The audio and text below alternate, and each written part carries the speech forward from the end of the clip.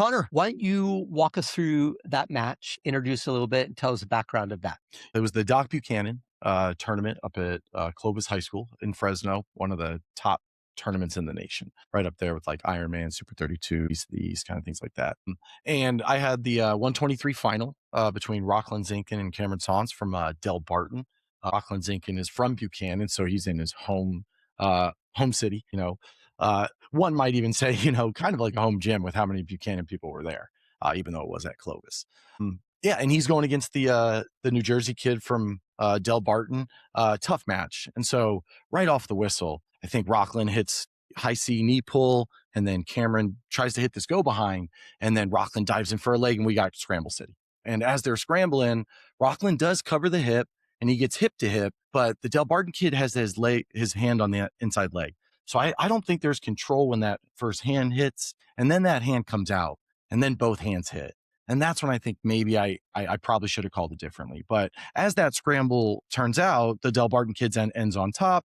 I called a 3 green because I didn't feel like there was restraining power beyond reaction time. It was really the reaction time piece that we were looking at.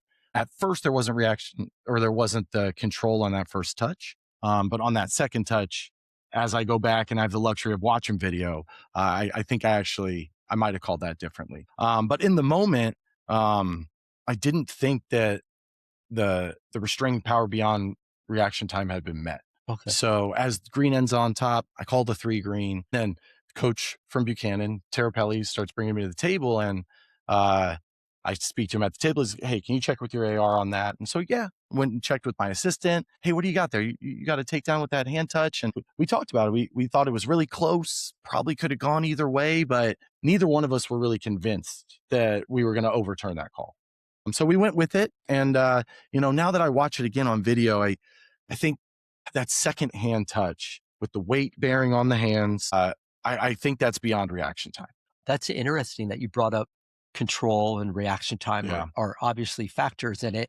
You have first hand touch, not control in your eyes. Yeah. And then on the second one, now is it, so you're trying to like thread this needle and put everything together without video review in front of 3,000 people in a tiny gym. It was tough. I mean, that environment was just electric, and probably matched with, Zinkin being the hometown kid with the Zinkin family on the sidelines there. It was intense for sure. And with that hand touch, it's always interesting to me because for me, it's how do they use it? Yeah.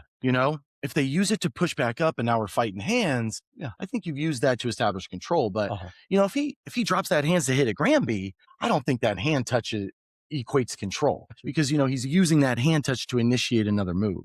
And in the moment, that's kind of what I was thinking was, he's touching that hand as he's turning into him, still fighting that inside control, almost with the leg pass or something. But I think after watching the video, I think that first hand touch, I'm good that we're still rolling. Yeah. But after that second touch, I think that's too much. Yeah. I think that's too much weight bearing on the hands. You've reacted twice now because you've put your hand down twice. I think I would have called that differently going back. So when you're taking that time with your AR, Yeah. we ultimately want the call right. Yeah. But you want to have this conversation without the luxury in high school of video review. We have heard that maybe there's some rumors. Nebraska rolled it out a little last year in their state finals with video review. Yeah. And if you had video review in that, But definitely would have used it. yeah. Oh, for sure. Like Jumped right on do it. you Yeah. think that would have been enough? Man, Or do you need to watch it 100 times Yeah. to formulate a solid opinion? I think the 100 times really, really solidifies it for me. But no, it is interesting if we would have had that review, and because then I would have been able to watch it with my AR together. And talk it through like we're talking right now. Absolutely. Part of that AR conversation that I had on the mat in real time was it might have been a little quick. And I was always taught, these wrestlers are training. Yeah. Stamina is a huge piece of our sport. And, if you are having that 5-10 minute conversation, you're giving one of these kids an advantage. Both of them are sucking air now, probably got a water break halfway through it.